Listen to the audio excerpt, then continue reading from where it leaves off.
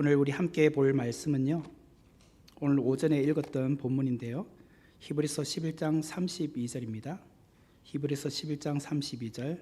아마 이 본문은 계속 여러 차례 읽어야 될 것 같아요. 네. 오늘 함께 우리 합독하도록 하겠습니다. 시작. 내가 무슨 말을 더 하리요? 기드온, 바락, 삼손, 입다, 다윗 및 사무엘과 선지자들의 일을 말하려면 내게 시간이 부족하리로다. 아멘. 제가 주보에는 제목을 바락 역사의 주관자를 아는 믿음이라고 했는데요, 제목을 좀 바꾸었습니다. 주저함 너머의 순종. 주저함 너머의 순종. 예, 주저하지 말고 주저함을 넘어서 순종하라, 이 말이에요.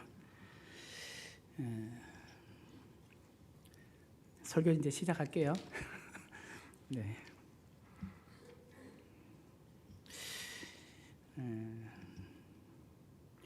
저 사람 왜 이 자리에 있지?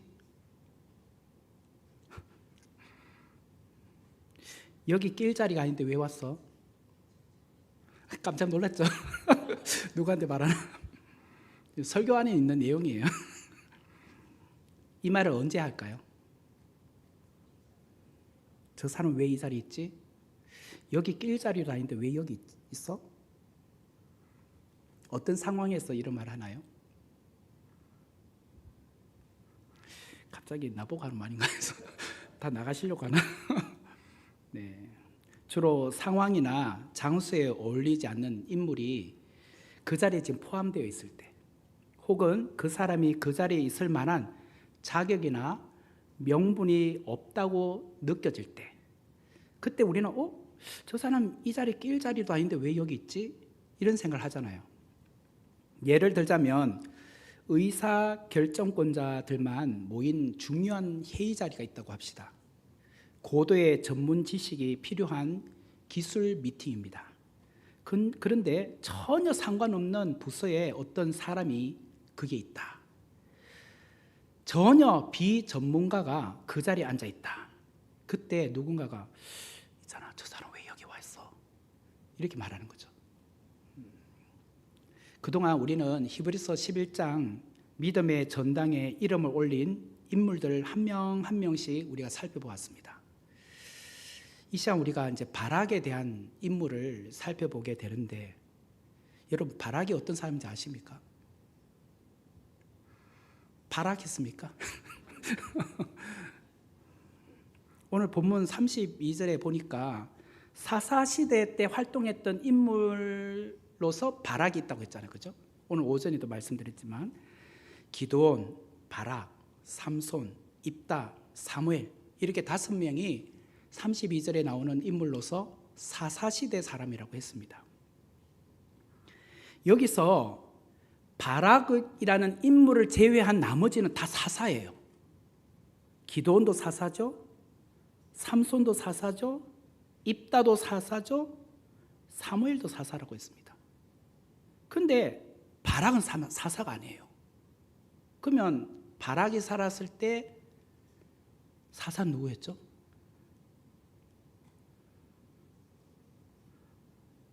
드보라. 여선지자면서 여사사라고 했죠. 그래서 지금 성경에 이렇게 사사기를 보면은 드보라가 사사로 있을 때 그때 바락이라는 사람도 같이 있었어요. 그러면 우리가 딱 생각할 때, 저의 짧은 견해이지만 히브리서 11장 32절은 이렇게 이름을 거론해야 되잖아요. 기드온, 드보라, 삼손, 입다, 사무엘.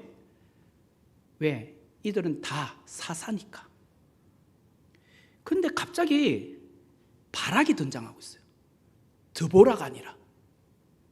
저에게 이런 궁금증이 생겨요. 바락, 이 사람이 왜 여기 사사시대에 사람으로 끼어있지? 이 사람 왜 믿음의 전당이라 불리는 히브리서 11장에 이름을 소개하고 있지? 히브리서 저자가 실수했나? 갑자기 졸아가지고 이름 드보라 쓸 것을 꾸벅꾸벅 바락이라 썼나? 자꾸 그 사람이 바락을 하니까 자기 이름 써줬나? 우리 이런 생각이 든단 말이에요. 그런데 바락을 또 히브리서 11장에 올린 것에 대해서 또 다른 궁금증이 있어요. 저에게 또 다른 궁금증. 사사도 아닌데 올린 것이 궁금했고, 두 번째로 제가 궁금한 거는 사사기 4장 7절에서 8절이에요. 이제 이 바락에 관련된 이야기는 사사기 4장에 나와요. 사사기 4장 7절과 8절 말씀 제가 한번 읽어볼게요. 내가 야벤의 군대 장관 시스라와 그의 병거들과 그의 무리를 기송강으로 이끌어 네게 이르게 하고 그를 네 손에 넘겨주리라 하셨느니라. 바락이 그에게 이르되 만일 당신이 나와 함께 가면 내가 가려니와 만일 당신이 나와 함께 가지 아니하면 나도 가지 아니하겠노라 하니.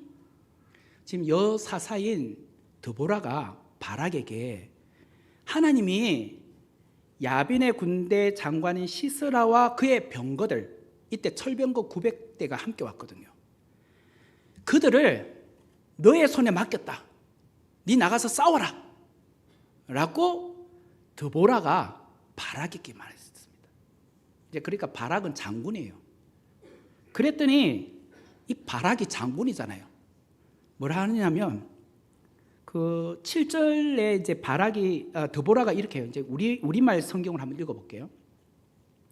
내가 야벤의 군대 대장인 시스라와 그의 전차들과 많은 군대를 기송 강가로 유인해 너의 손에 넘겨주겠다. 여기서 이게 드보라가 바락에게 하는 말이에요. 네 손에 하나님께서 넘겨주셨어. 그러니까 전쟁에 나가 라고 했더니 바락이 어떻게 말하느냐. 네, 제가 사사 드보라님의 말씀대로 순종하겠습니다. 이렇게 말한 것이 아니라 8절 말씀을 우리말 성경으로 제가 한번 읽어볼게요. 만약 당신이, 여기서 당신 드보라예요. 나와, 나는 지금 바락이에요. 함께 가면 나도 갈게요. 그러나 만일 당신이 나와 함께 가지 않으면 나도 가지 않겠어요. 이렇게 말한 거예요. 이 말이 됩니까? 당신이 함께 전쟁터에 가면 나도 따라가고 당신이 안 가면 나도 안 갈래요. 왜 내 보고만 가래요? 나보고만 왜 죽으러 가래요? 자, 이렇게 말한 사람이 어떻게 히브리서 11장의 믿음장에 나오느냐 말이에요. 지금 이해가 되십니까? 사사도 아닌데다가 그러면 무슨 특별한 믿음 있나? 그래서 눈 씻고 봤더니 사사기 4장 8절에 오히려 드보라에게 함께 가요. 가. 당신 안 가면 나도 못 가요. 어떻게 그 전쟁터 혼자 가요? 나 혼자 죽으라고요? 못 가요. 못 가. 이렇게 말이죠. 이게 믿음의 말입니까?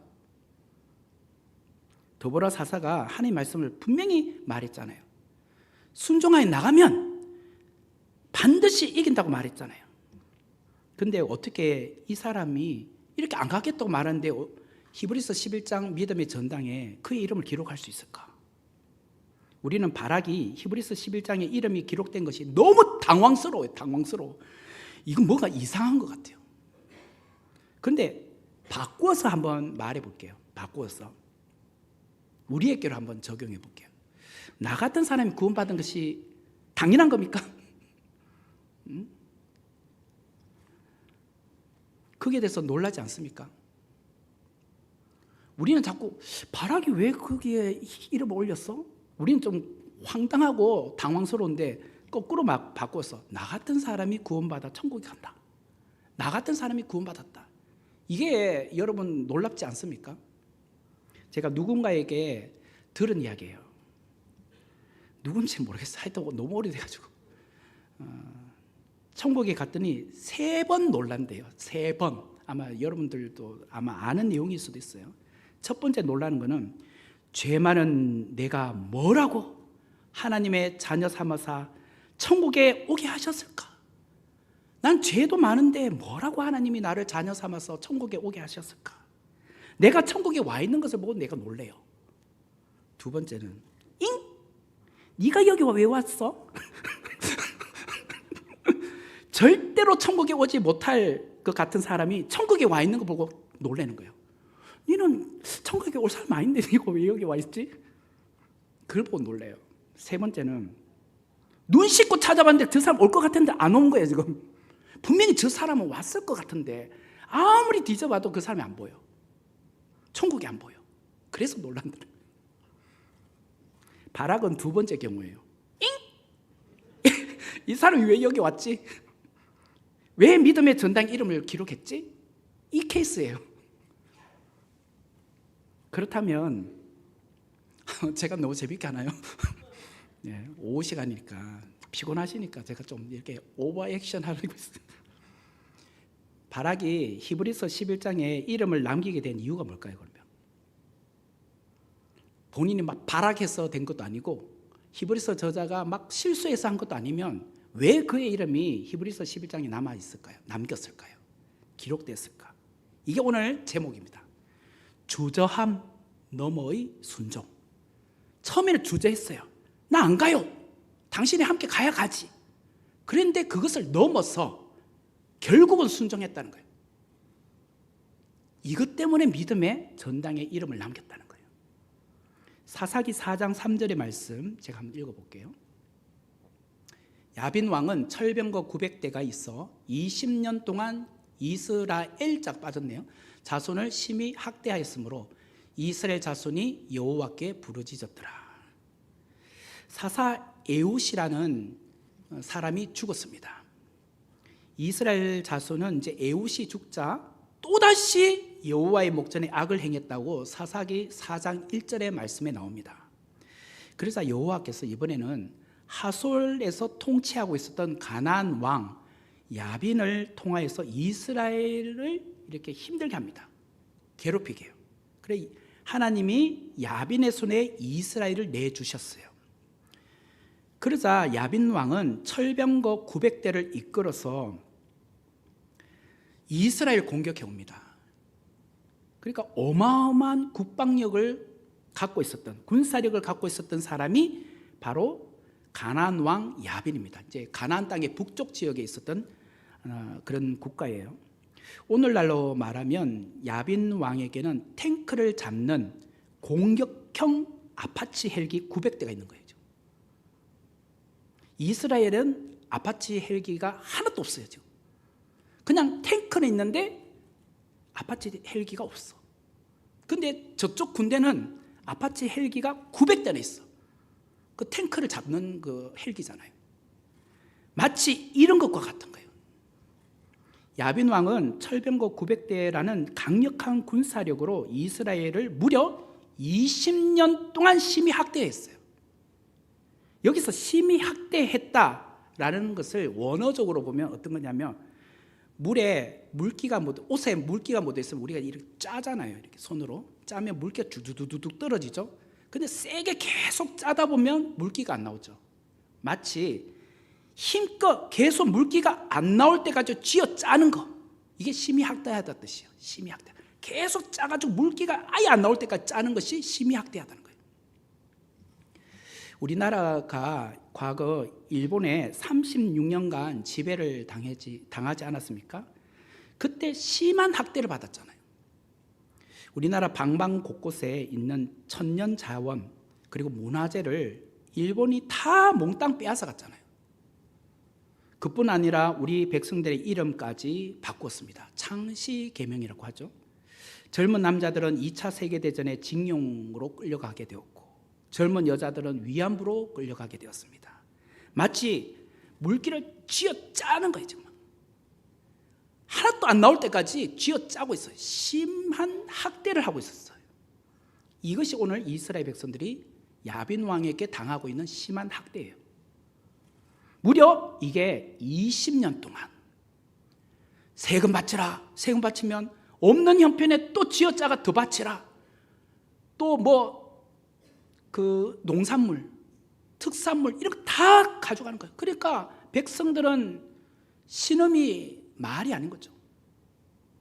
이때 여선지자 드보라가 이스라엘의 사사가 되었습니다. 드보라는 여선지자인데 사사가 되었어요. 사사기 4장 4절이에요. 그때의 랍비도세 아내 여선지자, 그러니까 드보라는 랍비도시라는 사람의 아내였어요. 이 사람이 여선지자였는데 이 사람이 얼마나 그때 남자 사사가 없었으면 이 사람이 사사가 됐다는 거예요.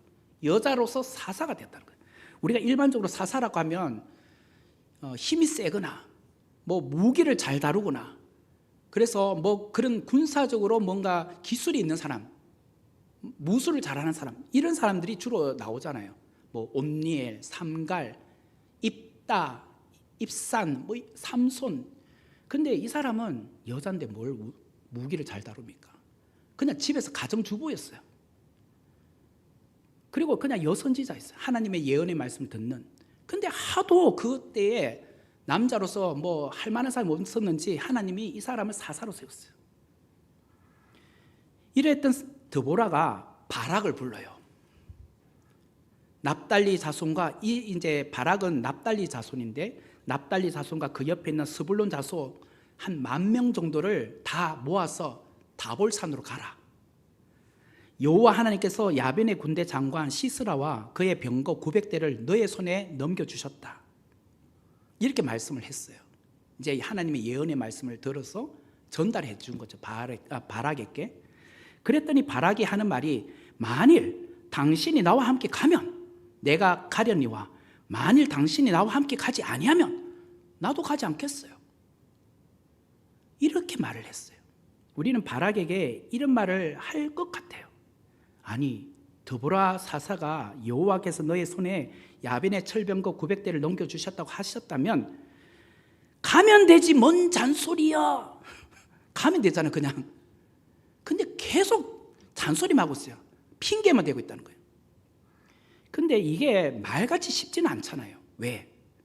그동안 20년 동안 이스라엘 백성들은 하솔에서 통치하는 가나안 야빈 왕에게 심한 학대를 받고 오고 있었잖아요.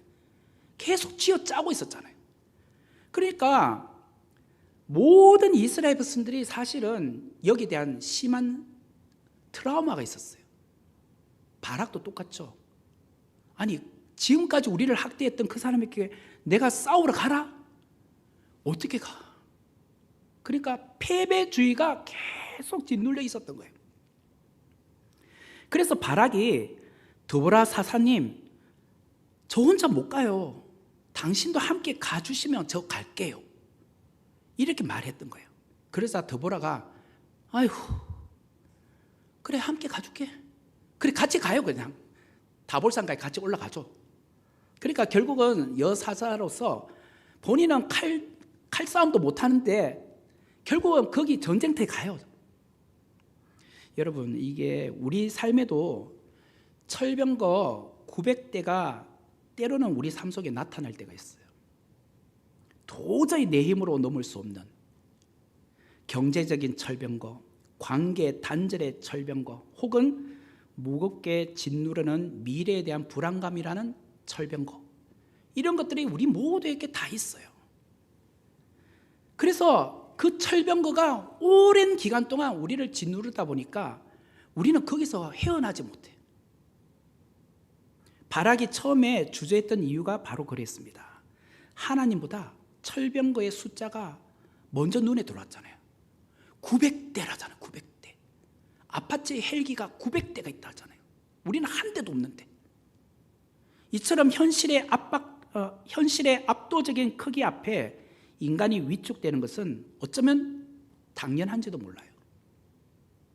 하지만 믿음은 그 현실을 무시하는 것이 아니라 그 현실 위에서 일하시는 하나님을 직시하는 것입니다.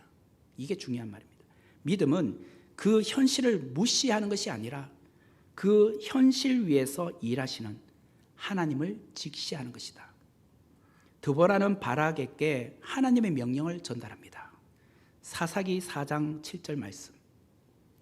내가 야빈의 군대 장관 시스라와 그의 병거들과 그의 무리를 기송강으로 이끌어 네게 이르게 하고 그를 내 손에 넘겨주리라 하셨느니라. 바락은 주저함을 넘어 믿음으로 이제 한 걸음 한 걸음 하나님의 약속을 붙들고 나아가야 될 단계가 된 거예요. 이제. 사사기 4장 13절과 14절의 말씀 이어서 보면 시스라가 모든 병거 곧 철병거 900대와 자기와 함께 있는 모든 백성을 하로셋 학고임에서부터 기송강으로 모은지라. 드보라가 바락에게 이르되 일어나라 이는 여호와께서 시스라를 내 손에 넘겨주시나리라. 여호와께서 너의 앞서 나가지 아니하시느냐 하는지라. 이에 바락이 10,000명을 거느리고 다볼산에서 내려가니. 야빈 왕의 신하이면서 군대 장관인 시스라가 모든 병거, 그 나라에 있는 모든 병거인 900대인가 봐요. 그것을 다 끌고 왔어요. 그래서 하루셋 학고임이라는 곳에서부터 기송강까지 넓게 포진을 했어요. 집결했어요. 그 숫자는 어마어마했습니다. 그 마차가 움직일 때마다 연기가 얼마나 많이 났겠습니까? 땅이 막 진동했을 거 아니에요. 이때 드보라와 바락 그리고 10,000명의 군인들이 어디 있었느냐? 다볼산에 올라가 있었어요. 여기서 시스라가 이끌고 온 철병거 900대와 바락이 이끌고 있는 10,000명의 군사들을 서로 이렇게 마주 대하고 있는 상황을 한번 그림을 그려보세요. 제가 지금 여러분보다 높은 곳에 있으니까 저는 다볼산에 있는 바락입니다. 그리고 드보라입니다. 그리고 10,000명의 군인이고 여러분들은 철병거 900대입니다. 그런데 드보라와 바락과 그 다음에 이스라엘 군인들이 있는 이 다볼산 위는요, 다볼산 정상은 그리 높지 않아요. 해발 고도가 400m밖에 안 돼요. 그렇게 높지 않죠? 그렇지만 산이에요, 산. 높지는 않지만 산이에요. 하지만 산 위에 있다라는 것은 적진을 한눈에 볼 수 있는 장점이 있죠. 적진에 보면 이쪽에 더 사람들이 많다, 이쪽에 말들이 많다, 마차는 저쪽에 놔뒀다, 하여튼 포진되어 있는 구성들을 쫙 볼 수 있고 공격해온 루트들도 다 보인단 말이에요. 그리고 고지전을 할 수 있잖아요. 산에서 밑으로 공격하는 것이 그래도 유리한 거잖아요. 무엇보다도 가나안 왕 야빈의 군대 장관 시스라는 철병거 900대를 이끌고 왔다고 했습니다. 철병거는 기본적으로 산야에서는 달릴 수 없습니다. 평지에서는 잘 달릴 수 있지만 마차가 어떻게 산으로 올라옵니까? 말 한 대씩 타고 올라오면 모르니까 말이 몇 마리가 마차를 한 대씩 끌고 가는 거잖아요. 이게 900대잖아요. 그러니까 산으로 이렇게 험난한 곳으로 올라오기가 힘들어요. 그렇기 때문에 당연히 이스라엘 군인들은 산에서 싸우는 것이 유리한 겁니다. 맞죠? 다볼산 정상에서 싸우는 게 유리해요. 올라오도록 유도하는 것이 나아요. 그런데 아까 사사기 4장 13절과 14절에 보면 드보라가 바락에게 일어나라! 하나님께서 시스라를 네 손에 넘겼다? 그러면서 내려가라고 해요. 사사기 4장 14절 제가 한번 읽어볼게요. 다시. 드보라가 바락에게 이르되 일어나라. 이는 여호와께서 시스라를 내 손에 넘겨주신 날이라. 여호와께서 너의 앞서 나가지 아니하시느냐 하는지라. 그래서 여호와께서 너의 앞서 나가지 않느냐? 결국은 일어나서 가라는 것은 어디예요? 밑으로 내려가는 뜻이에요. 밑으로 내려가라. 이게 말이 됩니까? 산에서 싸워야 유리한데 왜 내려갑니까? 내려간다는 것은 죽으러 가는 거잖아요. 성경에 보면 3가지 장면들이 나옵니다. 하나님께서 우리 뒤에서 호위하시는 장면이 있는가 하면, 두 번째는 하나님이 우리 옆에서 함께 걸어가는 장면이 있고, 세 번째는 하나님이 우리보다 앞서 가시는 장면이 있어요. 요 3가지 경우가 있어요. 첫 번째는 하나님이 우리 뒤에서 호위하시면서 이렇게 야 빨리 가, 뒤에서 토닥토닥거리면서 가, 이렇게 하는 경우가 있고, 두 번째는 옆에서 나와 동행하는 경우가 있고, 세 번째는 하나님이 앞서가시면서 나를 따르라 라고 하는 경우가 있단 말이에요. 오늘 이 바락의 경우는 여호와께서 친히 먼저 가시겠다는 거 하잖아요. 그러니까 너는 나만 보고 따라와 이 말이에요. 지금 따라와서 산으로 내려가, 내가 먼저 앞장설게, 따라와 이 말이에요. 그러면 앞서 가시는 하나님은 어떤 의미일까요? 앞서 가신다. 그 말은 길을 만드시는 하나님, 승리를 주시는 하나님, 여호와 이레 준비하시는 하나님의 뜻이에요. 길을 만드시는 하나님, 승리를 주시는 하나님, 여호와 이레이신 준비하시는 하나님이 앞서가시는 하나님이라는 뜻이에요. 지난 20년 동안 이스라엘은 하솔에서 통치하는 가나안 왕 야빈에게 한 번도 이겨본 적이 없습니다. 감히 숨소리도 내지 못하고 그동안 숨죽여 살아왔습니다. 그러나 드보라 사사의 말을 듣고 바락은 하나님의 임재를 느끼기 시작합니다. 그 순간 떨리는 가슴에 성령이 주시는 믿음이 발동하기 시작한 거예요. 그리고 10,000명을 이끌고 내려가자라고 하는 거예요. 내려가자. 사사기 4장 14절 말씀, 이에 바락이 10,000명을 거느리고 다볼산에서 내려가니라고 하잖아요. 내려가니. 여러분, 저는 군사 전문가는 아니지만 상식적으로 생각해 봐도 철병거가 있는 평지로 내려가는 것은 죽으러 가는 겁니다. 바락은 충분히 이것을 모르고 무모한 행동을 하고 있을까요? 드보라는 잔다르크가 아니잖아요. 여 군인이 아니잖아요. 드보라는 여 선지자라고 했고 주부였어요. 지금은 사사예요. 전쟁에 대해서 모르는 그런 여인이에요. 그분이 객기로 이렇게 말할까요? 전쟁에 대해서 아무것도 모르는 사람이 뭐 내려가기는 뭘 전략적으로 말도 안 되잖아요. 이거. 이 부분에 바락도 할 말이 많았을 거예요. 제가 그래도 남자잖아요. 장군이잖아요. 제가 좀 더 알아요. 이 부분은 산으로 내려가면 안 됩니다. 여기서 수성전을 해야 됩니다. 그런데 바락이 드보라 사사에게 함께 가지 않으면 나도 가지 않겠다고 이전에 했던 그런 어째 보면 겁쟁이였잖아요. 그런데 지금은 이것은 아니에요. 당신은 전쟁을 모르잖아요. 제발 다볼산에서 내려가는 명은 거두어주세요. 이렇게 말하고 있는 것이 아니라 바락은 야빈 왕이 갖고 있는 철병거로 인하여 그동안 20년 동안 심한 학대를 받은 것도 너무 잘 알고 있고 이로 인하여 정신적인 트라우마가 있는 것도 압니다. 오죽했으면 드보라 사사에게 함께 가자고 했던 과거의 기억도 있습니다. 그리고 지금 평지로 내려가 철병거 900대와 맞서 싸우는 것은 무한 전쟁이라는 것도 그는 압니다. 현대전에서 K9 자주포 900대를 거느린 기갑 부대와 맞서 싸우는 탱크 한 대도 없는 우리 쪽에서는 그냥 맨몸으로 지금 자포가러 가는 것과 똑같은 거예요. 폭탄 하나씩 가슴에다 메고 그 K9 자주포를 향하여 뛰어가는 것과 똑같은 거예요. 지금 내려가는 것은. 그런데 바락은 10,000명의 군인들을 이끌고 다볼산에서 지금 내려가고 있어요. 이게 뭐냐? 바락이 주저함을 넘어 다볼산에서 내려가는 순종이었다는 거예요. 하나님은 상상치도 못했던 방법으로 이제 일하실 거예요. 그가 순종하고 있으니까. 우리가 볼 땐 무모하지만 주저함을 넘어서 순종하니까 하나님께서 이제 일하시는 거예요. 그 일하심이 사사기 5장 20절과 21절에 나옵니다.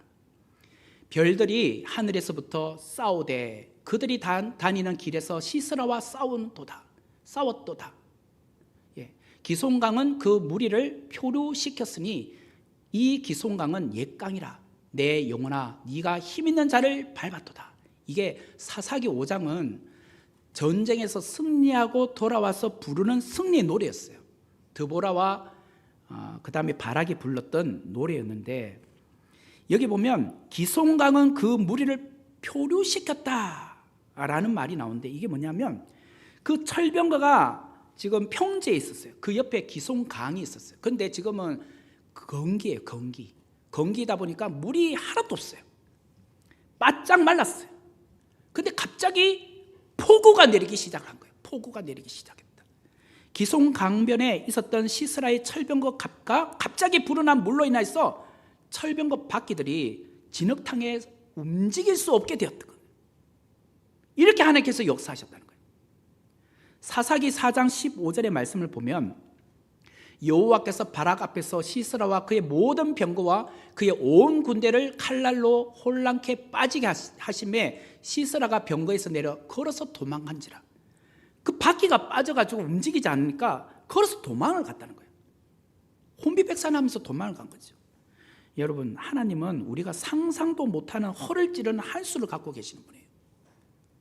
야빈 왕의 군대 장관 시스라는 평지전을 하기 위해서 분명히 철병거 900대를 가져왔습니다. 분명히 성산이 있다고 가져온 거예요. 왜? 이때는 전혀 비가 오지 않는 건기의 계절이었기 때문입니다. 건기였기 때문에 시스라가 철병거 900대를 가져올 수 있었던 거예요. 만약에 비가 종종 내리는 계절이 왔다면 철병거 900대를 안 가져왔을 거예요. 다른 방식으로 전쟁을 치르려고 왔을 거예요. 하지만 비가 오지 않는 건기에 갑자기 폭우가 내리기 시작한 거예요. 이게 하나님의 타이밍의 절묘함이에요. 이스라엘 군대가 다볼산에서 평지로 내려오는 그 순간 정확하게 하늘로부터 비가 억수같이 내리기 시작한 거예요. 처음부터 그냥 다볼산 정상에 있을 때부터 비가 막 세차게 내렸다면 야 이때다 내려가자 라고 했을 거 아니에요. 근데 드보라가 내려가 라고 명하자 그 말씀에 주저함을 넘어 순종하여 뛰어 내려가다 보니 이제 비가 옥수같이 내리기 시작한 거예요. 순식간에 흙탕물로 범람하자 시스라의 철병거들은 아무 기능을 발휘할 수 없었어요. 그들이 자랑하던 철병거는 무용지물이 되고 말았습니다.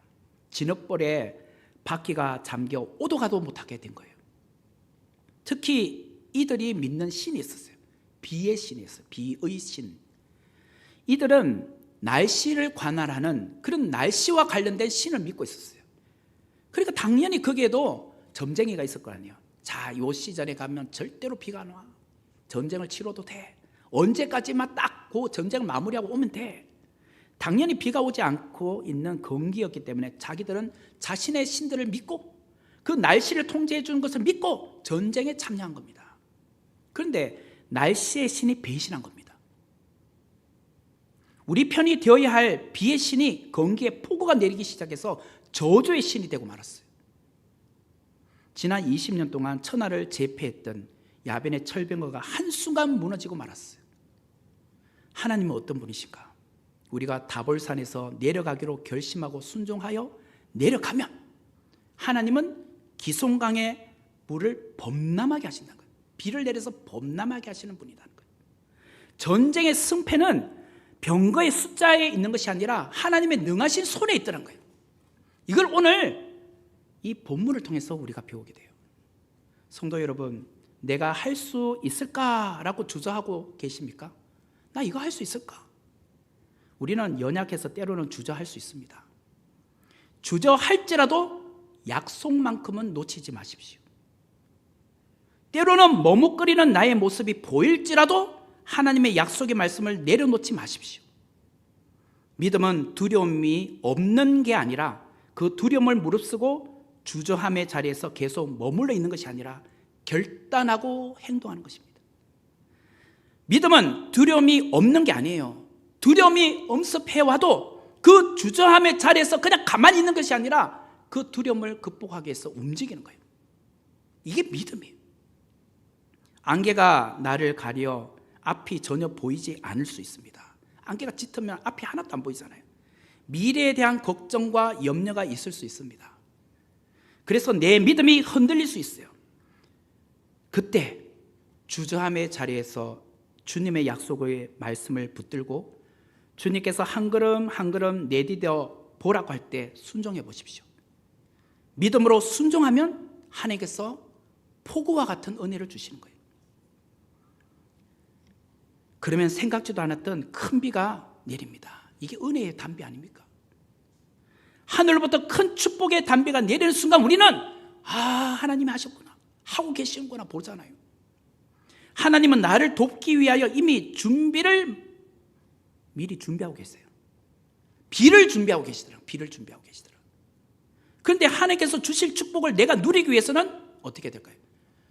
때로는 주저할 수 있습니다. 갈까 말까 갈까 말까. 그렇지만 그것을 넘어 순종해서 나가면 하나님이 준비해 놓으신 비를 만난다는 거예요. 사사기 4장 14절의 말씀을 보면 드보라가 바락에게 이르되 일어나라, 이는 여호와께서 시스라를 내 손에 넘겨주신 날이라. 여호와께서 너의 앞서 나가지 아니하시느냐 하는지라. 우리 모두 담대하게 믿음으로 나가야 되지 않겠습니까? 주저함을 넘어 순종함으로 나아가 보십시오. 끝까지 믿음을 가지고 이 힘들고 어려운 시대에도 소망을 잃지 않고 나가면 주님은 반드시 여러분의 삶 속에 필요한 단비와 같은 큰 비와 같은 은혜를 주실 겁니다. 그 축복의 문이 우리 모두에게 열려지기를 주님의 이름으로 축원합니다. 이 말씀 생각하시면서 주님은 상 같아서 같이 찬양하도록 하겠습니다.